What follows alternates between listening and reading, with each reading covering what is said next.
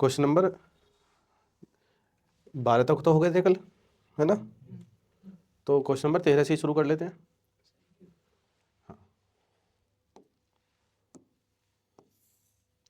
देखो इसने बोला है a reduction of 15% in the price of apples would enable purchaser to get 2 kg more apple 4 rupees 240 the new price per kg of apple is. तो उसने कहा है कि सेब की कीमत में 15% की कमी से एक क्रेता को 240 रुपये में 2 किलो सेब अधिक मिल सकेंगे। सेब की नई कीमत प्रति किलो कितनी है? कल आपको बताया था कि एक व्यक्ति है जो जितने रुपए पहले खर्च कर रहा था उतने ही रुपए अब खर्च कर रहा है, लेकिन उससे क्या फ़र्क पड़ा है? उसकी क्वांटिटी पहले से कम हो गई है या ज़्यादा हो गई है? भाई अगर उसका प्राइस कम हो जाएगा तो पहले से ज़्यादा वस्तु खरीदेगा, अगर उसका प्राइस बढ़ जाएगा पर केजी का तो पहले से कम वस्तु खरीदेगा। लेकिन जो रुपए टोटल खर्च कर रहा था उस पर कोई फ़र्क पड़ा नहीं। जितने वो खर्च कर रहा है 240 पहले कर रहा था, अभी 240 कर रहा है। तो हमें विशेष फोकस इसी पर रखना है। जब भी इस टाइप का आपको सवाल मिल जाए कि जितने वो पहले खर्च कर रहा है अब भी वो उतने खर्च कर रहा है, तो क्वेश्चन आसान है, ठीक है ना? क्वेश्चन पढ़ते ही आप खुश हो जाना, आप खुश हो जाते हो तो आपका क्वेश्चन आधा खत्म हो जाता है। जितना स्ट्रेस रहता है वो क्वेश्चन ना होने का रहता है, फिर हो सकता है ना हो लेकिन खुश तो हो जाओ, ठीक है। आप देखो 15% की कमी हुई है। हमें पता है कि अगर प्राइस इनटू क्वांटिटी करते हैं तो टोटल एक्सपेंडिचर बनता है या फिर टोटल रेवेन्यू, जो भी वो खर्चा कर रहा है उसे मान लेंगे। तो ये 240 सेम है, तो प्राइस में चेंज होगा, उसका उल्टा क्वांटिटी में चेंज होगा, ठीक है। तो हम प्राइस की बात कर रहे हैं, प्राइस में हुई है 15% की कमी। 15% का मतलब क्या होता है जी? 3/20। 15% की फ्रैक्शन वैल्यू होती है 15/100 करोगे तो 3/20 बनेगा, यानी कि पहले 20 था तो 3 कम होके 17 हो गई। इसका मतलब पहले वो 20 खरीद पा रहा था तो अब 17 खरीद पा रहा है। तो कम खरीद पा रहा है ज़्यादा? ये तो प्राइस है ना। हाँ, क्वांटिटी कितना होगा? 17 से 20, तो कितना बढ़ गया ये? उसने बोला है 2 किलो ज़्यादा खरीद पा रहा है। चलो जी, 3 को कह रहा है वो 2, 1 को कितना बोलेगा? 2/3। चलो, 1 की वैल्यू आ गई हमारे पास 2/3, हमारे पास 3 को कह रहा है वो 2, 1 को बोलेगा 2/3। 20 को कितना? 17 को कितना बोलेगा? तो 17 की गुणा कर देंगे, 17 गुणा 2/3। ये पहले वाली क्वांटिटी आ गई है, ये अब वाली क्वांटिटी आ गई है। अब उसने पूछा है सेब की नई कीमत। अब देखो डेसिमल में जा रहा है ये, अगर पुरानी कीमत पूछता तो 17 से भाग करना पड़ेगा ना हमें। भाई ये हमारे पास क्वांटिटी आ गई है 17 दूनी 34/3, यानी कि पहले वो 34/3 खरीद रहा था, 34/3 किलो मान सकते हो। अब वो खरीद रहा है कितना? 40/3। तो अब वाले जो रुपए हैं और पहले वाले रुपए दोनों बराबर ही हैं। अगर मुझे पहले वाली कीमत निकालनी है तो 240 से भाग करना पड़ेगा पहले वाली क्वांटिटी से, अब वाले से भाग करना है तो अब वाले से भाग करना पड़ेगा। तो अब वाली पूछी है उसने कितना? 40/3, भाग कर लेते हैं, 4 × 24, 6 × 18 इसका आंसर है। थोड़ा सा लेंदी हो गया क्वेश्चन ये, लेकिन कुछ क्वेश्चन में ये तरीका आसान पड़ेगा। अब आप देखो अगर इनका अंतर इत्तेफाक से 1 आ जाता तो आपको क्या करना पड़ता है? सीधे दुगना करना पड़ता, आपका आंसर ही सेटिस्फाई हो जाता। अब इस सवाल को देखते हैं दोबारा से। 240 रुपये एक व्यक्ति पहले खर्च कर रहा था, अब भी वो 240 रुपये ही खर्च कर रहा है। तो जो कमी होनी थी वो इसी में तो कमी होनी थी भाई। अगर हमारे पास, जब परसेंटेज मैंने पढ़ाया है उसमें परसेंटेज में मैंने बता रखा है वीडियो में कि अगर हम एक वर्ग है या फिर एक वृत्त है उसकी लंबाई या चौड़ाई किसी में भी परसेंटेज की कमी या वृद्धि करते हैं तो टोटल पे भी वही इफेक्ट पड़ता है। जैसे मैंने माना कि रेक्टेंगल है जिसकी लंबाई जो है 100 है और इसकी चौड़ाई हमने मान ली 80 है। अब आप देखो मैंने इसकी लंबाई को केवल 10% बढ़ाया है तो 110 हो गया। पहले जो एरिया चल रहा था वो 8000 था, लंबाई गुणा चौड़ाई। अब 110 गुणा 80 करोगे आप तो कितना होगा? 8800।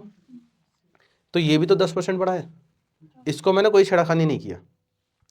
किसी भी एक चीज़ को चेंज करोगे तो टोटल पे भी उतना ही इफेक्ट पड़ना है। तो इसी कंसेप्ट से हम लेके चलते हैं इसे। देखो मैंने लंबाई गुणा चौड़ाई लिखा है, आप यहाँ प्राइस गुणा क्वांटिटी लिखेंगे बात वही रहेगी, क्योंकि प्राइस में चेंज करो क्वांटिटी में उसका अपोजिट हो जाएगा। तो 240 रुपये पहले खर्च कर रहा था तो उसने प्राइस में चेंज किया 15% कमी, तो टोटल वैल्यू भी 15% कम होनी थी। तो 15% अगर आप निकालोगे 240 का, वो आएगा 36। 240 का 15% कितना आ गया जी? 36। तो प्राइस जो था वो 15% कम होना था, तो टोटल खर्चा भी 15% कम हो जाता, तो 36 रुपये कम होने थे। अगर वो 36 रुपये कम करता तो कितना हो जाता? 204। तो उसे अब 204 रुपये खर्च करने चाहिए थे, लेकिन उसने ऐसा किया ही नहीं। उसने पहले भी 240 खर्च करा था, अभी 240 खर्च कर रहा है, यानी कि उसने पहले से 36 रुपये ज़्यादा खर्च कर दिए अब की बार। इन ज़्यादा खर्च करने की वजह से तो ज़्यादा सामान ला रहा है, तो इन 36 रुपये में ही वो 2 किलो ज़्यादा ला रहा है, तो 1 किलो कितने का? तो जो हमारा आंसर था वही रहा। ठीक है ना, दोनों सेम है, दोनों में कोई अंतर नहीं है। अगर आप 240 लेते ना तो पहले से 2 किलो कम आते उसमें।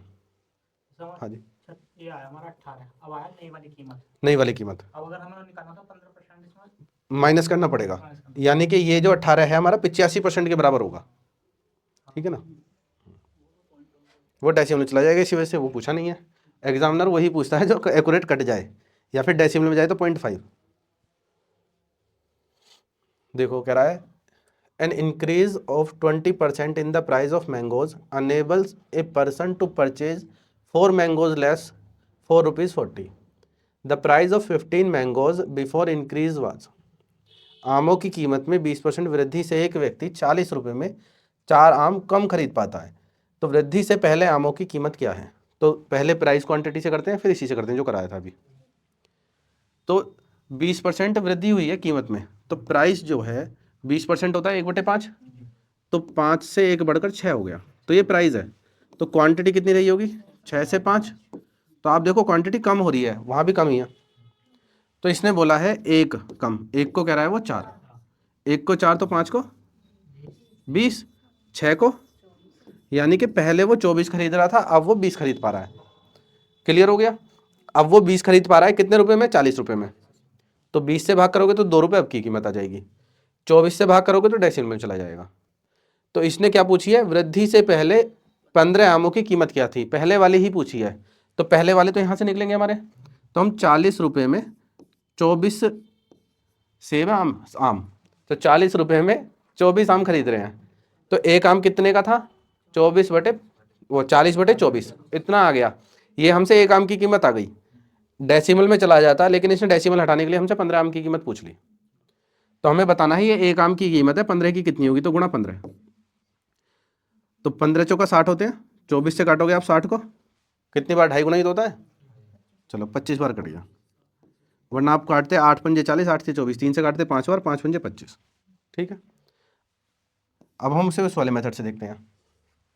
भाई 40 रुपये वो पहले खर्च कर रहा था, अब भी वो 40 रुपये ही खर्च कर रहा है, तो उसे 20% की वृद्धि हो गई, तो 40 का 20% बढ़ना था, तो 40 का 20% कितना होता? 8 रुपये। तो 8 रुपये अगर वो बढ़ा देता, भाई पहले वो 40 रुपये खर्च कर रहा था, वो 8 ज़्यादा करके 48 खर्च कर देता, तो 48 खर्च कर देता तो वो आम कम नहीं लाता, जितने ला रहा था उतने ला पाता। ये 8 रुपये कम ना करने की वजह से ये 4 आम कम ला पाया, तो ये 4 आम की कीमत है, तो एक आम की कीमत कितनी हो गई? 2 रुपये। बस ये ध्यान रखना कि ये आएगा हमारा न्यू प्राइस, ये है न्यू प्राइस। हमसे पुराना प्राइस पूछा है उसने, वो भी 15 आम का, तो पहले आप नए आम का ही निकाल लो, 15 आम का कितना होगा प्राइस। ठीक है ना, देखो ये एक आम की कीमत है, तो 15 की निकालने के लिए गुणा 15, तो हमारे पास नए आम की कीमत होगी 30, 15 आम की। अब ये पुरानी कीमत पे जाना है, ये वृद्धि के बाद हुई होगी, 20% वृद्धि है इसमें, तो 20% वृद्धि का मतलब होता है कि 5 से मूल्य 6 हो जाना, 1/5 है ना, तो 5 से 6 हो गया, तो ये 6 को बोल रहा है 30, 5 गुना, तो 5 को 25, इससे भी 25 आ गया, तो दोनों सेम है ये।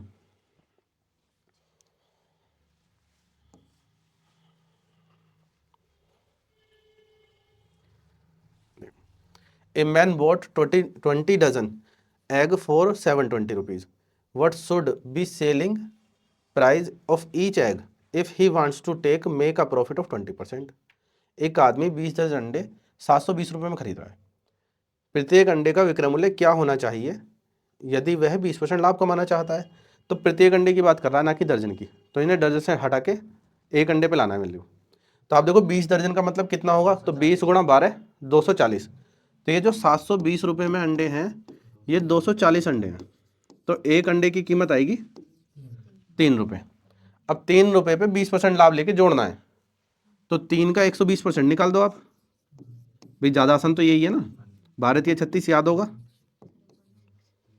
तो यही हो गया डी ऑप्शन। ठीक, ये कह रहा है a trader bought 10 kg of apple for rupees 405, out of which 1 kg of apple were found to be rotten. If he wishes to make a profit of 10%, at what rate should he sell the remaining apple per kg। एक व्यापारी ने 405 रुपये में 10 kilo सेब खरीदे। 1 kilo सेब सड़ा हुआ पाया गया, तो उसने 10 किलो खरीदे थे, जब 1 किलो सड़ गया तो ये तो 9 किलो सेब है। यानी कि जो 405 रुपये में खरीदे हैं वो 10 किलो ना होकर 9 किलो हैं, तो 1 किलो की कीमत कितनी आएगी? 9 चौक 36, 9 पंजे 45, 45 नंबर 405 होते हैं। भैया हमें पे तो सीधा वो मतलब 405 रुपए 10 किलो के हैं ना। 10 किलो के हैं 405, अगर कोई भी नहीं सड़ता तो आप अगर बेचते तो आपका क्रय मूल्य तो 405 ही रहेगा, लेकिन 1 किलो की कीमत तो 40.5 आएगी। लेकिन अब की बार तो 1 किलो की कीमत 45 आएगी, क्योंकि एक हमारा खराब निकला है ना, तो वो हटाना पड़ेगा।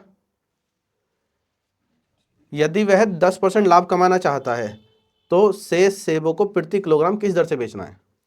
तो 10% लाभ लेना है तो 4.5 रुपये का तो लाभ लेना पड़ेगा उसे। भाई 1 किलो सेब की कीमत 45 रुपये है, 10% लाभ लेना है तो 4.5, जोड़ दीजिए कितना हो गया? 49.5। अगर आप खरीदते समय 1 किलो कम नहीं करते तो बेचते समय 1 किलो कम करना पड़ता, क्योंकि बेचोगे तो 9 किलो ही। 405 की वस्तु है, 405 की वस्तु है, इसको 10% लाभ पर बेचना है आपको, तो इसका 10% कितना आएगा? 40.5, 40.5 जोड़ देना कितना हो जाएगा? 44 और 55, डेसिमल आ जाएगा एक अंक बाद। अब ये जो हमारा सेलिंग प्राइस है ये कितने सेब का है? 10 किलो का है, तो एक सड़ा हुआ कहाँ गया? सड़ा हुआ भी बेच दोगे? नहीं बेच सकते ना, 9 किलो बेचने पड़ेंगे ना, तो ये 9 किलो का है तो इसे 9 से डिवाइड करना पड़ेगा। जब आप डिवाइड करोगे तो 49.5 आ जाएगा आपका। खराब है वो निकाल देना, बिल्कुल बेचते समय तो निकालना पड़ेगा।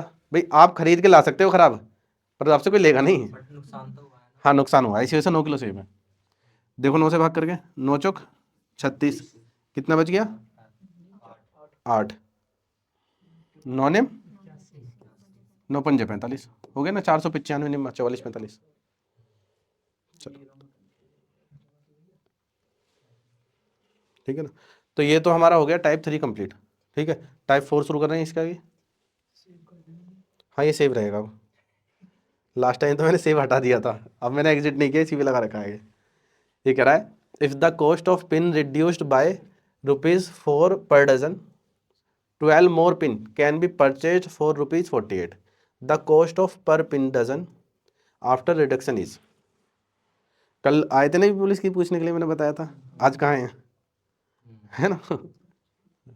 यदि पिनों की लागत 4 रुपये प्रति दर्जन कम हो जाती है तो 48 रुपये में 12 पिन अधिक खरीदे जा सकते हैं। कम करने के बाद प्रति दर्जन पिनों की लागत क्या है? देखो क्वेश्चन में क्या कहना चाह रहा है, बताएगा कोई? भाई 48 रुपये क्या है? ये पहले वाला खर्चा, अब वाला खर्चा? अब उसने हाँ वो कह रहा है यदि पिनों की लागत 4 रुपये प्रति दर्जन कम हो जाती है, तो पिनों की लागत कम हुई है, पहले वाला भी और अब वाला भी दोनों सेम है। पहले भी 48 खर्च कर रहा था, अब भी 48 खर्च कर रहा है, लेकिन अब 1 दर्जन पिन ज़्यादा ला रहा है, क्योंकि दर्जन की बात चल रही है ना। हाँ बाद में भी दर्जन है, तो हम 12 को क्यों देखें, 1 दर्जन ही देखेंगे। अगर यहाँ 6 होता तो हम इसे आधा दर्जन बोलते। ठीक है, ये जाएगा क्वाड्रेटिक इक्वेशन में क्वेश्चन, आप इसे ऑप्शन से भी हिट कर सकते हो। 48 रुपये है पहले वाला खर्चा और अब वाला खर्चा, जो प्राइस था वो हमें पता नहीं है। ठीक है ना, कम करने के बाद प्रति दर्जन की कीमत बतानी है हमें, लागत है ना। तो पहले वाली कीमत ज़्यादा है और अब वाली कम है, तो पहले वाली कीमत अगर x होगी तो कितने रुपए प्राइस आ रहा होगा? हमने डिवाइड कर दिया, भाई 48 रुपये खर्च कर रहा है और पहले वाली कीमत है ये, तो इससे पता चल जाएगा कितने दर्जन वो पिन ला रहा है। अब वाली पिन की कीमत हो गई x माइनस, भाई प्राइस हमारा कम हुआ है ज़्यादा हुआ है? प्राइस कम हुआ है, तो प्राइस कम हो गई। तो ये प्राइस है, ये प्राइस है, ये ऊपर रुपए हैं टोटल, इन दोनों का जो अंतर है वो है 1 दर्जन पिन एक्स्ट्रा। भाई आपको पता है कि रुपए अपॉन क्वांटिटी करते हैं, तो ये टोटल रुपए होते हैं ना, बराबर आएगा, रुपए अपन क्वांटिटी करोगे तो प्राइस आ जाएगा एक वस्तु का। तो हमने प्राइस को इधर रखा है, क्वांटिटी को उधर रखा है। भैया हम इस प्राइस को इधर ले आए, एक भी ले आते हैं, क्वांटिटी को उधर ले जाते हैं, तो टोटल रुपए बटे प्राइस चल रहा है, बराबर क्वांटिटी है। तो ये रहा ना टोटल रुपए 48 बटे हमारे पास प्राइस है एक वस्तु का। हमने माना कि x रुपये प्रति दर्जन था उसका मूल्य, मूल्य अब x माइनस 4 रुपये प्रति दर्जन हो गया। मूल्य 4 रुपये कम हो जाने से एक दर्जन ज़्यादा ला रहा है। आगे ना समझ में इक्वेशन। अब जब भी ये इक्वेशन बनेगी तो ये आपकी इक्वेशन आएगी समय दूरी में भी, कि एक रेलगाड़ी है या फिर एक कोई आदमी है जो 48 किलोमीटर की दूरी अपनी चाल से जा रहा है। अगर वो चाल 4 किलोमीटर प्रति घंटा कम होती तो उसे 1 घंटा अधिक लगता। ठीक है ना। कुछ मित्र पिकनिक पे गए हैं, उन्होंने 48 रुपये में दावत करने का निश्चय किया, हालांकि बहुत कम है, होगी नहीं दावत। 48 रुपये में दावत करने का निश्चय किया है, लेकिन उनमें से 4 मित्र ने धोखा दे दिया, वो कह रहे हम नहीं आ रहे। तो क्या करे, क्या हुआ, उनके ना आने से हर एक मित्र पे 1-1 रुपये एक्स्ट्रा आ गया खर्चा। तो ये भी वही क्वेश्चन है भाई। क्वेश्चन की लैंग्वेज चेंज होते ही हमें पकड़ना होता है क्वेश्चन। अगर मैं आपसे पूछूं, ये जनरली क्वेश्चन है, हमारे बाबा भी पूछ लेते थे हमसे पहले। क्या पूछेंगे आपसे कि एक 10 मीटर की लंबी छड़ है, रोज 1 मीटर काट देते हो, तो कितने दिन लगेंगे पूरी काटने में? 9 दिन लगते हैं। जनरली क्वेश्चन है, 10 बोल देते हैं, वो गलत होता है, बाद में पता चल जाता है 9 है। अब एग्जाम में क्वेश्चन ये थोड़ी आएगा, एग्जाम में क्वेश्चन आएगा तो एक हमारे पास सड़क है, 50-50 मीटर का गैप पर हमने पेड़ लगाने हैं। सड़क है 1000 मीटर लंबी, सड़क है 1000 मीटर लंबी, सड़क 1000 मीटर लंबी है और 50-50 मीटर के गैप पर पेड़ लगाने हैं। तुम भाग करें कितने पेड़ लगेंगे? 5 से कटा 0, 5 दूनी 10, 20 पेड़ लगेंगे। 20 पेड़ नहीं लगेंगे, पेड़ एक ज़्यादा हो जाएगा, क्योंकि शुरुआत में आखिर में आएगा। तो पेड़ लगेंगे 21, ना कि 20। और अगर पेड़ लगे हुए दे रखे हैं, गैप पूछने लगा तो गैप 1 कम होगा। ठीक है ना। तो जनरली आप छड़ वाले क्वेश्चन तक ही रह जाते हैं और यहाँ पर आके घूम जाते हैं। ऐसे ही इसमें क्वेश्चन था, ये सवाल रेलगाड़ी में भी चला जाएगा, नंबर सिस्टम में भी चला जाएगा। करते हैं सॉल्व। तो जब भी आप ये इक्वेशन सोल्व करोगे तो क्वाड्रेटिक इक्वेशन बननी है। इसकी गुणा करोगे 48x, इसकी गुणा करोगे ये x माइनस 4 उधर चला जाएगा। तो हमें क्या देखना है इसमें, इस 1 से तो डिवाइड करना है, 1, 48 और 4, ये लिखा है मैंने बस। भाई क्वाड्रेटिक इक्वेशन में सबको पता है कि हमें फैक्टर ही करने पड़ते हैं, तो लास्ट में फैक्टर करने से अच्छा शुरुआत में ही फैक्टर कर लो। 1 से डिवाइड करोगे कितना आएगा, 4 की गुणा करोगे तो 48 चौका 192। 192 के फैक्टर करने हैं जिसमें 4 का गैप हो, तो 12 गुणा 16 होता है। तो पहले प्राइस 16 था, 4 कम होके 12 हो गया। ऑप्शन में 12-16 दोनों दे रखे हैं, आप कोई भी आंसर लगा सकते हो। ठीक है, इसकी इक्वेशन सोल्व करके बता देता हूँ मैं अब। हाँ, इसकी इक्वेशन सोल्व करके बता देता हूँ ना मैं। क्या कह रहे हो? हाँ, इस वाले को रिपीट कर देता हूँ मैं। फिलहाल इक्वेशन सोल्व कर लें पहले। ये होगा 48x, हालांकि कट जाएगा फिर भी लिख रहा हूँ मैं, माइनस 48x, इस माइनस की इसमें होगी तो प्लस का 192 बटे में हो जाएगा। इसकी भी गुणा मत करना, अगर आप इक्वेशन भी सोल्व कर रहे हैं ना तो कोशिश करना कि इसकी गुणा ना करनी पड़े। बराबर 1 है, ये कट गया, -4 होगा। हाँ हाँ, इसे अकेले में पीट लेंगे, ये हो गया 4, ये उधर चला गया, तो 192 बराबर x और x माइनस 4। तो आप देखो अगर यहाँ गुणा करोगे तो क्वाड्रेटिक इक्वेशन ही बन जाएगी, पर आप कोशिश करो कि जनरल में x की वैल्यू प्लस आनी है, तो इसके फैक्टर करने हैं जिसमें 4 का अंतर आ जाए। तो आप इसके फैक्टर करोगे 12 गुणा 16, तो लिखोगे सिर्फ 12। ठीक है, 12 गुणा 16 हो गया हमारे पास, तो ये लिखोगे आप 16 माइनस 4 हो गया ना, 16 माइनस 4, तो x की वैल्यू 16 है। तो x हमने क्या माना था, पहले वाला प्राइस, अब वाला प्राइस क्या होगा 12, तो हो गया 12। अब हमारे पास, हाँ जी,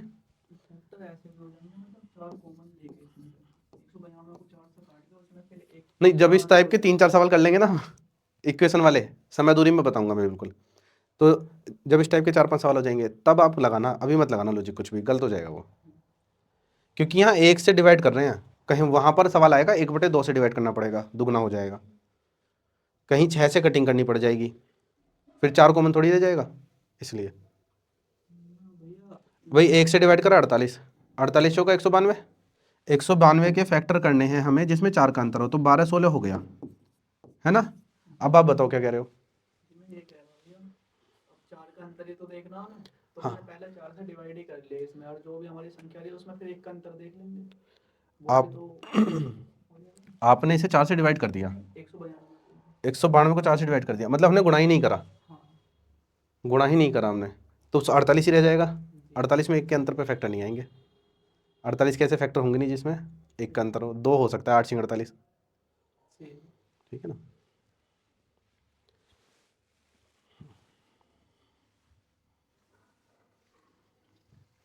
A fruit seller makes a profit of 20% by selling mangoes at a certain price. If he charges rupees 1 more for each mangoes, he can make a profit of 40%. Find the selling price of a mangoes in the first case. एक फल विक्रेता एक निश्चित कीमत पर आमों को बेचकर 20% लाभ कमाता है। तो पहले प्रॉफिट हो रहा है उसे कितना, 20% का। चलो, अगर वह कीमत 1 रुपये बढ़ा देता है तो लाभ बढ़ेगा ही। कीमत बढ़ाई उसने 1 रुपये, तो लाभ जो है वो 40% हो गया। तो आपके हिसाब से परसेंटेज तो कितनी इंक्रीज हुई है, 20%। तो 20% इक्वल टू 1 रुपये, तो 20% के बराबर जो है वो 1 रुपया। आप 100% निकालोगे तो 100% हमेशा क्रय मूल्य आता है, ये चीज़ पता होनी चाहिए, क्योंकि हम 100 रुपये क्रय मूल्य मान रहे हैं तो 20% लाभ है, तब जाके वो 120 हो रहा है। 100 रुपये क्रय मूल्य मान रहे हैं, 40% लाभ है तो 140 हो रहा है। तो 120 और 140 का अंतर है 20। हमने डायरेक्ट परसेंटेज का अंतर ले लिया, वो भी ठीक है, लेकिन कायदे में वो विक्रय मूल्य का डिफरेंस कह रहा है, सेलिंग प्राइस का डिफरेंस कह रहा है वो। तो 20 को कह रहा है 1 रुपया। पहली स्थिति में आम का क्रय मूल्य ज्ञात कीजिए। तो पहली स्थिति में आम का जो विक्रय मूल्य है, विक्रय मूल्य ज्ञात करना है ना, कितना है, 120 ही तो है, तो हमें 120 के बराबर बताना है। तो 20 छिक्का तो 6 गुना, ये 6 रुपये आया। तो सार समझ में, रिपीट करता हूँ मैं। थोड़ा ज़्यादा difficult उसने बोला है कि एक फल विक्रेता एक निश्चित कीमत पर आमों को बेचकर 20% लाभ कमाता है। भाई अगर मैं 100 रुपये की वस्तु मानता, आप 5% भी मान सकते हो, ठीक है, अगर मैं 100 रुपये की वस्तु मानता तो 20% लाभ होता तो 120 में बेच देता। अगर मुझे 40% लाभ लेना है तो 140 में बेचूंगा। तो कितने रुपए ज़्यादा करें, 20। उस 20 को कह रहा है वो हमसे 1 रुपया। तो पहले वाला सेलिंग प्राइस पूछा है, तो 120 के बराबर बताना है। तो इसका 6 टाइम्स है, इसका 6 टाइम हो जाएगा 6।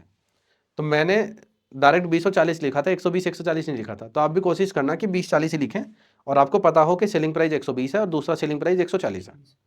क्योंकि अगर मैं कहीं 20 लिख रहा हूँ और कहीं मैं 120 लिख रहा हूँ, तो किस में टाइम ज़्यादा लगेगा, एक डंडा ज़्यादा है तो ज़्यादा ही लगेगा। आप कितना ही मिली सेकेंड बचा लें फिर भी लगेगा तो ज़्यादा ही, है ना। तो इसीलिए वो छोटा छोटा टाइम बचा रहे हैं जिससे लिखना ना पड़े। भाई 20% लाभ बढ़ा, 20% होता है 1/5, 1/5 को कह रहा है 1, टोटल 5 हो गया। 5 क्रय मूल्य है, 20% लाभ 6 रुपये। कह रहा है what will be the percentage profit after selling an article at a certain price, it there is a also there is a loss, sorry there is a loss of 40% when the article is sold at 1/3 of the previous selling price. किसी वस्तु को एक निश्चित मूल्य के 1/3 में बेचने पर उसे 40% हानि होती है। अगर उसे निश्चित मूल्य पर बेचा जाए तो लाभ प्रतिशत कितना है। देखो, किसी वस्तु का कोई मूल्य निश्चित था पहले, उस मूल्य का हमने 1/3 कर दिया, उस मूल्य का हमने 1/3 कर दिया। ऐसा करने पर हमें लॉस हो गया 40%। तो उस मूल्य का जो इसी 1/3 करा, तो उस 1/3 पे सेल किया होगा, तभी तो लॉस होगा। सेल नहीं करोगे तो लॉस कहाँ से हो जाएगा।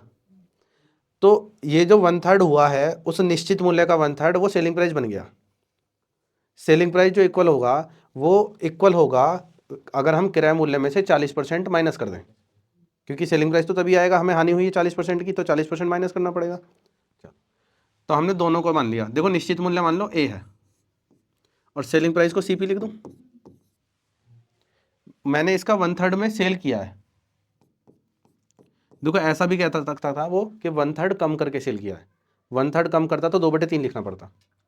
जो यहाँ 1/3 कह रहा है, अगर तो ये जो नीचे वाले 3 है, ये 3 को हम पूरा प्राइस नहीं मान सकते।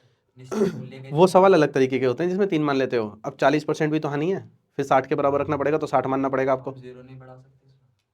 30 मान लोगे आप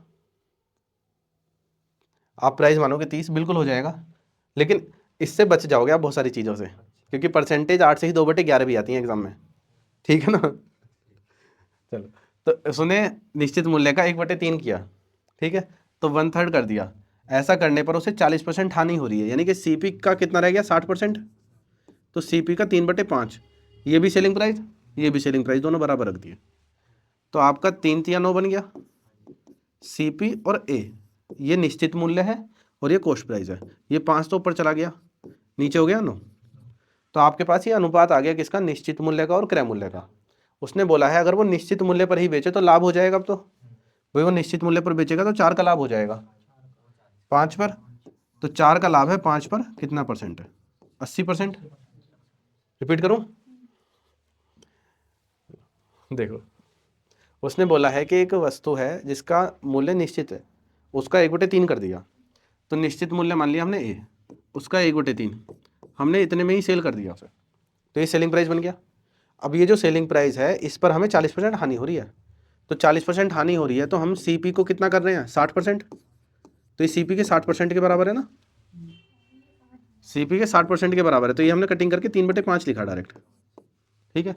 अगर वो 40% पर ही सेल कर रहा है तो 40% आएगा, 40% हानि है तो माइनस करके आएगा 100 में से।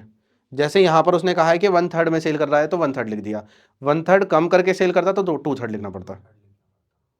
भाई निश्चित मूल्य का 1/3 कम करके सेल कर रहा है, लाभ होता तो एक्स्ट्रा लिख देते थे, बिल्कुल ठीक है ना। तो ये 3 की गुणा हो गई 9, 5 ऊपर चला गया, तो कॉस्ट प्राइस अपॉन में जो इसका फिक्स प्राइस माना है निश्चित मूल्य, ये हो गया 5/9। अब उसने कहा है कि अगर वो निश्चित मूल्य पर ही बेचे तो कितना फायदा हो जाएगा, तो 4 का फायदा हो जाएगा ना 5 पे, तो उसे 4 का फायदा है 5 पर, कितना परसेंट है, तो ये 80% है, ठीक है। मतलब इस 40 का रोल इतना है कि हमें उसमें से घटाना है, बिल्कुल।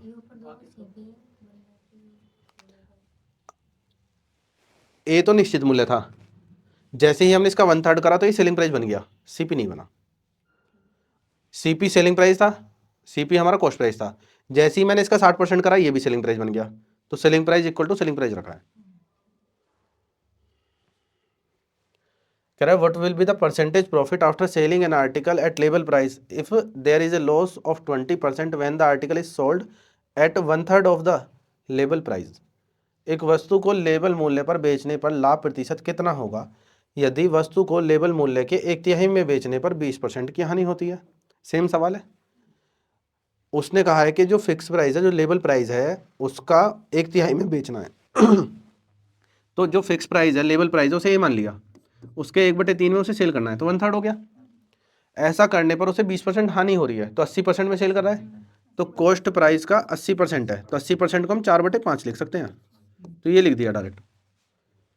तो 5 की गुणा करेंगे 4 की नीचे हो जाएगी, तो सीपी अपॉन फिक्स प्राइस जो हमने लेबल प्राइस माना है ए, तो ये हो गया ऊपर 5 नीचे हो गया 12। अब उसने कहा है कि अगर वो उस लेबल प्राइस पर ही सेल करे तो कितना फायदा है, तो 5 की वस्तु 12 में सेल करेगा तो 7 का फायदा हो जाएगा, तो 7 का फायदा है 5 पर 140% आ जाएगा, ठीक है ना, 140%, ठीक। वो कह रहा है a person sell his goods on 40% of its old SP, he gets 40% loss, then find the old profit percent। एक व्यक्ति अपना माल पुराने विक्रय मूल्य से 40% पर बेचता है, देखो 40% ऑफ है इंग्लिश में, यहाँ पर 40% पर बेचता है, तो दोनों में मिस्टेक है ना, कुछ तो गड़बड़ है दोनों में, उसमें छूट दे रहा है, इसमें हाँ बिल्कुल। अगर वो यहाँ पर 40% पर ही बेच रहा है तो दोनों से देखते हैं क्या फर्क पड़ेगा, ठीक है ना, इंग्लिश से भी और हिंदी से भी। पहले हिंदी पढ़ लेते हैं। उसने बोला है कि एक व्यक्ति अपने माल उसके पुराने विक्रय मूल्य के 40% पर बेचता है, तो विक्रय मूल्य मान लो पुराना वाला ए मान लो, उसके 40% पर बेच रहा है तो 40% ही लिख दो डायरेक्ट, उसे 40% हानि होती है, तो ये सीपी के 60% के बराबर है, ठीक है। तो हमारा सीपी और जो पुराना वाला सेलिंग प्राइस है वो, उसका अनुपात आ जाएगा 40/60 करोगे तो 2/3 आ जाएगा। अब वो पुराना वाला लाभ कितना हो रहा है वो बताना है, तो एक का लाभ है 2 पर, एक का लाभ है 2 पर, तो कितना परसेंट है 50%। तो अगर हम हिंदी पढ़ रहे हैं तो हिंदी के अकॉर्डिंग हमारा 50% आंसर आ रहा है। अब इंग्लिश पढ़ लेते हैं, इंग्लिश में क्या कह रहा है। इंग्लिश में कह रहा है कि a person sell his goods on 40% of its old SP, तो पुराना एसपी जो है, पुराने एसपी को एसपी मान लो या फिर ए मान लो, इसका 40% कम करा तो 60% में सेल करा, जो कि 40% लॉस है, तो सीपी के 60% के बराबर है। जब दोनों बराबर रखोगे तो सीपी इक्वल टू हो जाएगा एसपी के। तो एक एक का अनुपात आया तो नो प्रॉफिट नो लॉस आया, तो जीरो होता। तो इसमें इंग्लिश में थोड़ी सी मिस्टेक है, हिंदी ठीक है, ठीक है ना। तो इसका 50% हम आंसर लगा देंगे। भैया फिर उसे आप मिटाई दो, जैसे कि जो ये पेपर में आता है नहीं, कुछ बच्चे तो इंग्लिश वाले भी देख रहे होंगे ना, कुछ बच्चे इंग्लिश वाले भी देख रहे होंगे, तो उनको ध्यान रखेगा। सर्कल कर देता हूँ इस पर, ठीक है ना, ये रहा, ठीक है। मतलब अगर ये पेपर में आता तो इंग्लिश वाला सही माना जाता, हाँ फिर इस पर सबको ही नंबर मिलता। हाँ, सबको नंबर मिल जाते हैं।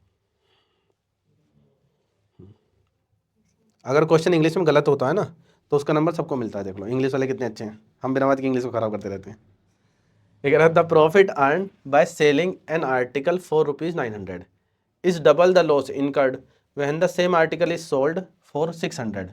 What should be the selling price of the article for making 40% profit. देखो अगर हम किसी भी वस्तु को 40% प्रॉफिट पर बेच रहे हैं तो वो 140 में चली जाएगी।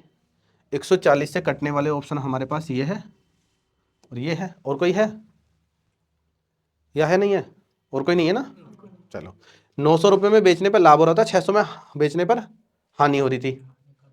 तो हानि 600 में बेचने पर हो रही है तो 600 से ज़्यादा ही आंसर होगा, लाभ लेना है क्योंकि। तो आंसर क्या है, चलो अब सोल्व कर लेते हैं सवाल को, ठीक है। एक वस्तु को 900 रुपये में बेचने पर अर्जित लाभ उसी वस्तु को 600 रुपये में बेचने पर होने वाली हानि का दुगना है। देखो सबसे पहले जो कॉस्ट प्राइस होगा, जो हमारा परचेज प्राइस होगा, वो नो प्रॉफिट नो लॉस होता है, नो प्रॉफिट लॉस होता है। अगर इकोनॉमिक्स पढ़ोगे तो बीईपी होता है, break even point, equilibrium point होता है, वो नो प्रॉफिट नो लॉस ही होता है। तो हाँ, नंबर लाइन की अगर हम बात करते हैं, देखो नंबर लाइन में बीच में जीरो होता है, यहाँ +1, यहाँ +2, यहाँ -1। तो नंबर लाइन का जो जीरो है ये दिखाता है हमें cost price, no profit no loss. इधर जाएगा प्रॉफिट पे, इधर जाएगा लॉस पे। तो हम इसी नंबर लाइन से इन सवालों को करते हैं, इस टाइप के सवालों को। देखो हमने माना cost price no profit no loss है, हमने उसे सेल किया 900 रुपये में, तो प्रॉफिट हो रहा है, 900 सेलिंग प्राइस है। हमने उसे सेल किया 600 रुपये में, तो मैंने कम की तरफ क्यों आया, क्योंकि लॉस हो रहा है। उसने बोला है कि 900 रुपये में बेचने पर लाभ, तो आपको पता है लाभ कितना हो रहा है, इतना लाभ है, ठीक है। एक्स मानो, कुछ भी मान सकते हो, इतना लाभ है। लेकिन जो लाभ है उसने कहा है 600 रुपये में बेचने वाले जो लॉस का दुगना है। अगर लॉस यहाँ पर 1 रुपये का हो रहा है तो माइनस में होगा, तो यहाँ पर प्रॉफिट 2 रुपये का हो जाएगा। तो आप देखो -1 से, -1 क्या है, इन दोनों का गैप है -1, +2 क्या है, इन दोनों का गैप है +2। तो -1 से +2 आने पे आपको कितना गैप करना पड़ेगा, 3 कवर करना पड़ेगा, नहीं क्योंकि माइनस प्लस ऐड हो जाएंगे, तो 3 कवर करना पड़ेगा। जबकि कितना कवर करना है यहाँ पर 300, तो ये 3 को कह रहा है 300, 3 को 300, 1 को 100 रुपये, तो 1 को 100 रुपये। अब देखो 600 रुपये की वस्तु, 100 की हानि, तो खरीदी कितने में, 700 में। 500 में खरीदोगे तो 100 का लाभ हो जाएगा, है ना। आप देखो यहाँ पर 200 निकालता, 1 के बराबर 3 के बराबर 300, 2 के बराबर 200, 200 घटाते तो भी 700 आ जाता, तो सीपी तो किसी से भी आ जाएगा। तो हमारे पास 700 रुपये हो गया कॉस्ट प्राइस। अब 700 रुपये की वस्तु है, उस पर 40% लाभ लेना है, तो 700 का 40% 280, तो विक्रय मूल्य बताना है। लाभ पूछता तो 280 आंसर है, विक्रय मूल्य पूछेगा तो जोड़ देंगे 980। आप डायरेक्ट 140% भी निकाल सकते हो, तो 14 7 98 आ जाएगा। नितिन आ रहा है समझ?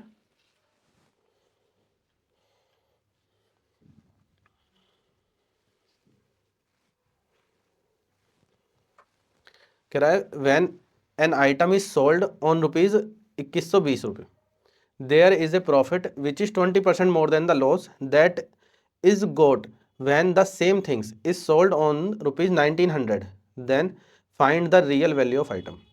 सेम क्वेश्चन है, वो कह रहा है कि एक वस्तु को 2120 रुपये में बेची जाती है, तो लाभ होता है जो उस हानि से 20% अधिक होता है जब वही वस्तु 1900 रुपये में बेची जाती है। यानी कि एक वस्तु हानि पे बेची जा रही है, एक लाभ पर, हानि से 20% अधिक लाभ हो रहा है। अभी जो पहले था हमारे पास सवाल, उसमें दुगना था, तो 1-2 से काम चल गया। अगर यहाँ पर 20% अधिक कह रहा है तो 20% का मतलब होता है 1/5, 1/5 अधिक है, यानी कि 5 हम मानेंगे, 1 ज़्यादा हो गया 6 हो जाएगा। अब इसकी चीज़ को लिखते हैं फिर समझते हैं। सीपी मानेंगे नो प्रॉफिट नो लॉस, हमने बेचा उसे 2120 में, ठीक है जी शिवा भाई। चलो 2120 में हमने बेचा पहले 1900 रुपये में, तो ये हो गया लॉस। उसने बोला है कि हानि से 20% अधिक है लाभ, तो जो हानि है उससे 20% अधिक है लाभ, तो हानि हमने मानी 5 रुपये की है 1/5 के लिए, 5 की हानि है तो एक ज़्यादा होके हमारा 6 हो जाएगा लाभ। तो 6 से 5 पर आने के लिए, 5 से 6 पर आने के लिए 11 चलना पड़ेगा, जबकि यहाँ कितना चलना पड़ रहा है 220, तो 11 को कह रहा है वो 220, एक को बोलेगा 20, एक की वैल्यू 20 तो 5 की वैल्यू 100। 1900 में बेचने पर 100 रुपये की हानि थी, 100 जोड़ दोगे तो 2000 रुपये क्रय मूल्य, तो 2000 रुपये क्रय मूल्य है। अब हमें क्या बताना है इस पर, यही पूछा है वास्तविक क्रय मूल्य। चलो जी 2000 आ गया, तो कुछ और पूछा नहीं है, ठीक है। हाँ बिल्कुल, 20 आ गई है, 20 का 120, 120 घटा सकते हैं तो भी आ जाएगा, ठीक है।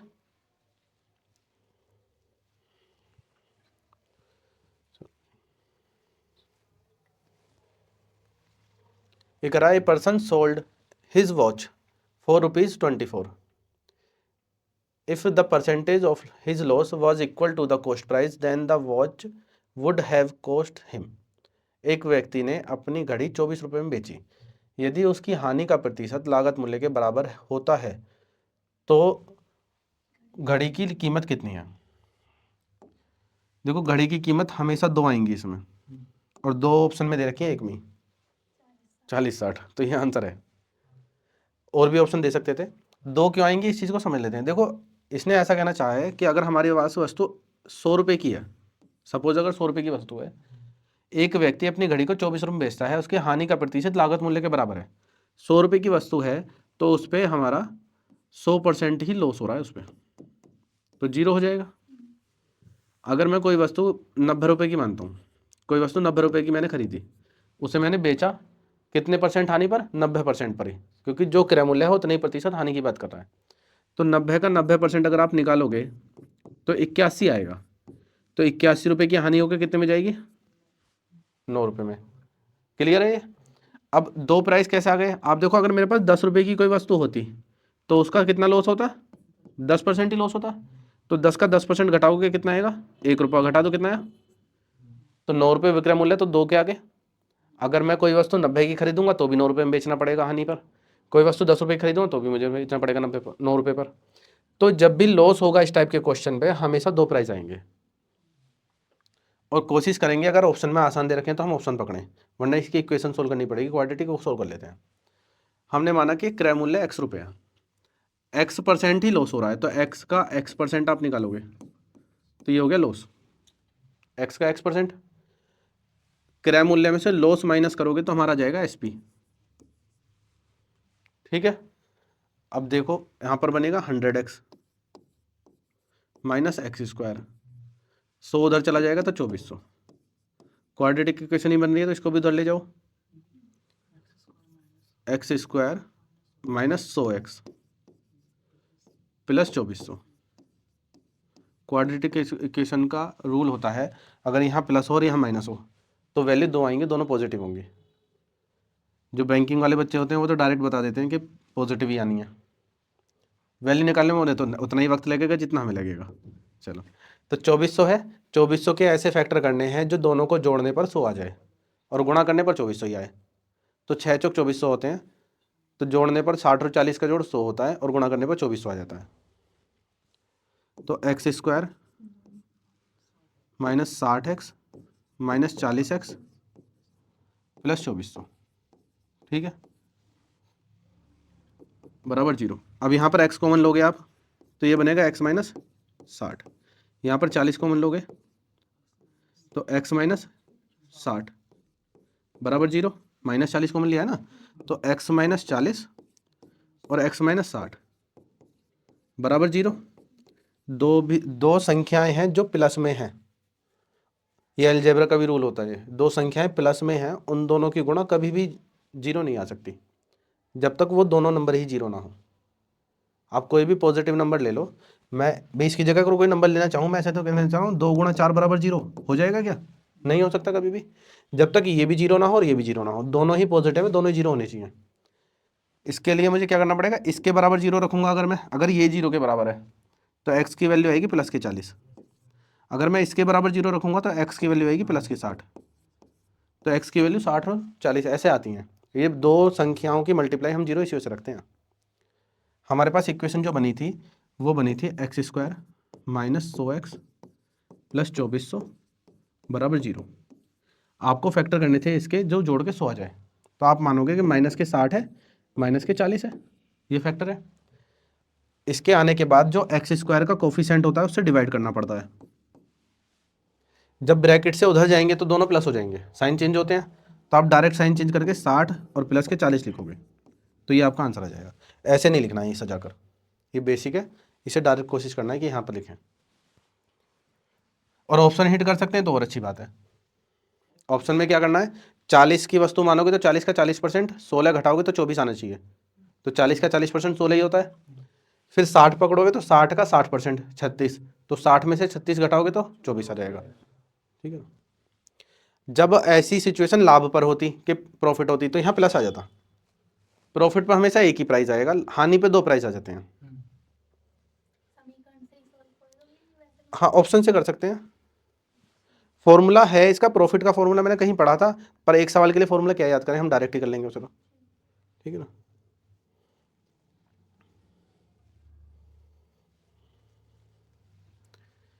When an item is sold rupees 144, a man gets same price. That profit percentage equal to the cost price. The item then find the CP. Same question है। अब की बार प्रॉफिट हो रहा है, उसने बोला 140 रुपये में बेची जाती है तो उस आदमी को उतना ही लाभ मिलता है। वह लाभ प्रतिशत वस्तु के लागत मूल्य के बराबर है। तो CP ज्ञात करें। अब देखो, अगर मैं 90 रुपये की वस्तु मानूं तो 90 का 90% मुझे प्रॉफिट लेना पड़ेगा। तो 90 का 90% कितना आएगा, जोड़ के 171 बनेगा। 64 तो 140 तो बनने करा। 80 छोड़ देते हैं, ये आंसर है, क्योंकि 70 देख लेते हैं। ठीक है, 70 का 70% देखेंगे अगर आप तो ये बनेगा 49। जोड़ोगे तो हमारे पास होना चाहिए 119। अगर 119 होता तो हमारा ये आंसर होता। अगर आप 75 देखेंगे तो 75 का 75% बनता है 56.25। वो डेसिमल में चला जाएगा तो उसे नहीं लेंगे हम। 80 रुपये की वस्तु है, 80% ही उस पर लाभ है, तो 80 का 80% होता है 64। आप जब दोनों को जोड़ोगे तो 144 बन जाएगा। तो ये हमारा आंसर हो जाएगा। लेकिन जरूरी नहीं है एग्जाम में हो जाए ऐसा सवाल। क्यों? क्योंकि उसने आपसे पूछ लिया CP बताओ। एग्जाम में ऐसा पूछा जा रहा है कि जो उसका CP है उसे अगर 25% लाभ पर बेचेंगे तो विक्रय मूल्य के डिजिट का सम कितना होगा। ठीक है ना, तो सवाल नहीं होने वाला फिर। तो इक्वेशन तो सबसे बड़ी रामबाण है ना। बस प्रॉफिट में आप ऐसा देख सकते हो, 144 है, आप इसके फैक्टर करो जिसमें 10 का अंतर आ जाए। 18 गुणा 8, बस इसके आगे आप 0 लगाना एक एक। अब आप देखिए 80 रुपए की वस्तु है, 80% लाभ है। 180% तो निकालेंगे हम, तो डायरेक्ट आपका 80 दिख जाएगा। इक्वेशन बना लेते हैं, क्या बनेगी हमारी, x रुपए होगा किराया मूल्य प्लस, तो 180 में सेल नहीं करोगे। 80 की वस्तु है, 80 CP हो गया, 80 पे 80% लाभ निकाल के जोड़ोगे, या फिर उसका आप डायरेक्ट 180% निकाल दो। भाई 100 पे 10% लाभ लेना है तो उसका 10% 10 रुपये जोड़ो 110 बनेगा, या 100 का डायरेक्ट 110 निकाल दो। तो ये 80 का डायरेक्ट 180 है, ये परसेंटेज में है। x रुपये हमने क्रय मूल्य माना, x पर x% ही लाभ की बात कर रहा है, जो बन रहा है हमारा 144। ये बनेगी इक्वेशन हमारी। तो ये बनेगा 100x और ये x², तो x² प्लस 100x, ये इधर आ जाएगा -14400। अब फैक्टर करने हैं जो माइनस करके 144 आ जाए। तो फैक्टर यही बनेंगे आपके 180 और 80, तो माइनस करके 100 है, गुणा करके 144 है। इसी वजह से मैंने 0 लगवाई थी। ठीक है ना, ये इक्वेशन आ जाएगी डायरेक्ट। आप देखो 180 हमारा आएगा प्लस के और 80 आएगा माइनस के, तभी तो उन दोनों को जोड़ करके प्लस का 100 बन रहा है। और जब ब्रैकेट से उधर जाएंगे तो साइन चेंज हो जाएंगे, ये हो जाएगा माइनस के 180 और प्लस का 80। x² के साथ का जो गुणांक है, जो कोफिशिएंट है, उससे डिवाइड करना होता है। यहाँ कुछ भी नहीं है तो डिवाइड करने की जरूरत नहीं है। तो 80 प्लस में आंसर हो जाएगा, क्योंकि प्राइस प्लस में ही होगा, माइनस में नहीं होगा।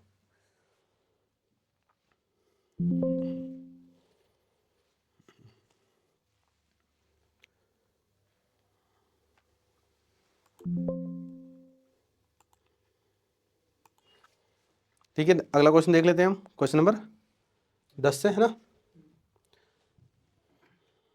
10 में कह रहा है a horse worth 8000 is sold by A to B 20% loss, B sell the horse back to A at gain 20%, find the value of loss amount.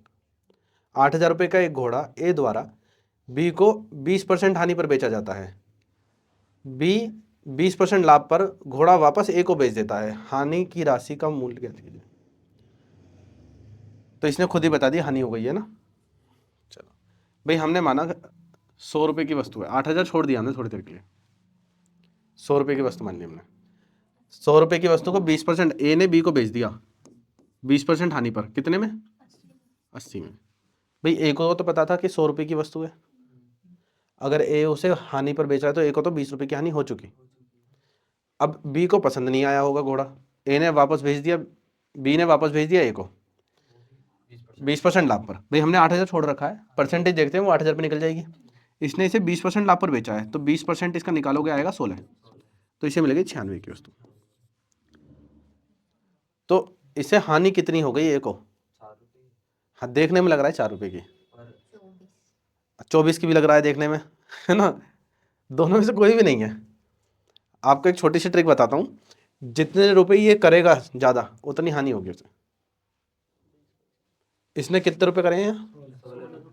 16 रुपये, तो 16 8 128। अब ये चीज़ समझ लो ये हुआ क्यों।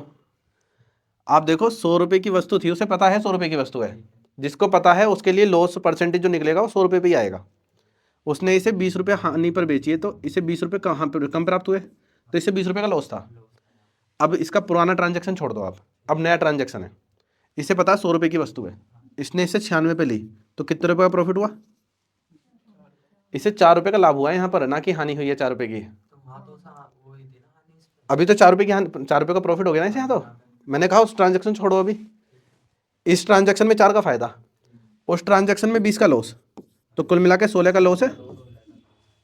तो 16 का तो लॉस है, तो जितने रुपये कम यहाँ से आएगा उतना लॉस ही होगा हमेशा इसे, ठीक है ना। ये प्रॉफिट कैसे हो रहा है 4 का? 4 का प्रॉफिट, भाई आपको 100 रुपये की वस्तु आपको पता है, वो वस्तु आपको 96 में बेच दी किसी ने, तो आपको 4 का फायदा नहीं हो गया। अगर आप जनरली देखोगे ना तो 20 और 16 36 का नुकसान हो जाएगा आपको। अगर आप जनरली ऐसी सोचने लग जाओगे कि 20 रुपये तो उसने पहले ही कम दिया है, 16 रुपये ज़्यादा में खरीद रहा है, तो 20 16 36 की हानि हो जाएगी, जबकि ऐसा नहीं है ना। हाँ, तो हमें क्या करना है, इधर से कम वाला ही आंसर आ जाएगा डायरेक्ट। हमने देखा यहाँ 20 रुपये की नुकसान था उसे, क्योंकि 100 की वस्तु 80 रुपये में बेच रहा है, तो यहाँ पर उसे 20 रुपये का नुकसान हो गया। लेकिन अगली बार उसने जो वस्तु खरीदी वो 100 रुपये की ही थी, लेकिन उसने 96 में खरीद ली, तो 4 का फायदा हो गया यहाँ पर। तो 4 का फायदा है, 20 का नुकसान है, तो 16 रुपये का नुकसान हो रहा है कुल मिलाकर इसे। तो 20% के जैसे 20% लाभ पर दे रहा है वापस, हाँ बी दे रहा है, हाँ, तो अगर वो 20 की जगह 40% देता तो 32 रुपए का लाभ कर, 32 रुपए एक्स्ट्रा में देता होगा। 32 रुपये 832 बिल्कुल, हाँ, तो 32 रुपए ही हानि होती उसे एक को, 32 ही बना देते फिर हम। हाँ मतलब वो जितने हाँ प्रॉफिट उतनी हानि हो जाएगी। तो ये 16% हो गया ना, तो 8,000 रुपये हमने 100 माना था ना, तो 16% आ गया, तो 8,000 रुपये का 16% निकालना है वैसे आपको। परसेंटेज से 2 जीरो कट जाएंगे, 16 8 128 1280। ठीक है, इतना ही रखते हैं आज, ठीक है।